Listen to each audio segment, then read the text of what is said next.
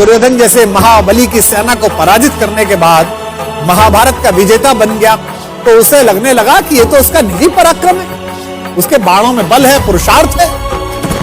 अर्जुन मन ही मन इस बात पर इठलाते हुए अपने रथ पर सवार होकर युद्ध भूमि से लौट रहा था। जब अपने शिविर के आखिर में पहुंच गए तो उसके रथ पर बैठे हुए मधुसूदन सारथी भगवान श्री कृष्ण ने कहा, पार्थ, रथ से नीचे उतर जाओ। उसने श्री कृष्ण से कहा कि माधव, आप सारथी, आप उतर जाइए, मैं भी उतर जाऊंगा। श्री कृष्ण ने कहा, नहीं मित्र, तुमसे कह रहा हूं, तुम पहले नीचे उतर जाओ। जब यह विवाद थोड़ा बढ़ा तो अर्जुन के ठीक पीछे खड़े हुए धर्मराज युधिष्ठिर ने कहा, द्वारिकाधीश अगर कोई बात कह रहे हैं तो उसमें कोई संकेत है। अर्जुन को कुछ समझ तो आया नहीं। भ्रुकुटी पर ताव देकर थोड़े अनमने भाव से अर्जुन रथ से नीचे उतर गया। अर्जुन के नीचे उतरने के बाद सब लोग जाने लगे तो कृष्ण जैसे ही रथ के नीचे उतरे, रथ में एक भयंकर विस्फोट हुआ और रथ छोटे छोटे टुकड़ों में पट गया। विजय का सिंहासन सामने देख रहा था जो अर्जुन, जिसके सिर पर विजय का ताज था, उस अर्जुन ने पलट कर देखा तो माधव मुस्कुरा रहे थे और रथ जल रहा था।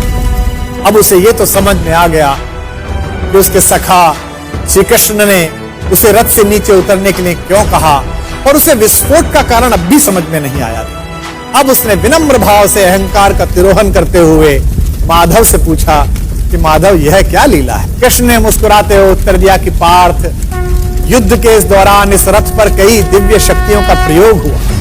तुम पर जिन घातक अस्त्रों का प्रयोग हुआ उसका बचा हुआ असर भी इस रथ पर था जिस पर हम सवार थे। लेकिन वे सारे अस्त्र शस्त्र और वे घातक शक्तियां केवल इस कारण से काम नहीं कर रही थी कि मैं वहां उपस्थित था। अगर आज मैं इस रथ से तुमसे पहले उतर जाता अर्जुन, तो इस युद्ध को जीतने के बाद भी तुम जीवित ना हो।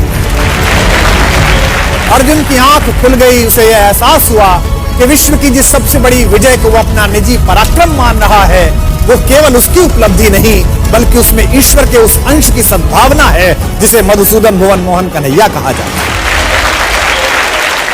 ये कथा ये बताती है कि सिद्धियों के मद में खुद को इतना शक्तिशाली मत समझो कि जिन्होंने हमें सिद्धियां दी हैं उन्हीं को आप आंखें दिखाने लगो। याद रखिएगा, आपकी प्रत्येक सफलता के पीछे कृष्ण जैसे ऐसे असंख्य लोग हैं जिनकी चुपचाप और अदृश्य शुभकामनाओं के कारण आप इस विजय रथ पर सवार हुए हैं। जब भी आपको यह लगने लगे कि आपने यह ऐतिहासिक उपलब्धि स्वयं की बुद्धि शक्ति के कारण पाली है, तो बस उन लोगों के बारे में सोचिए जिनके सहयोग के बिना आपकी यात्रा इतनी आसान न हुई।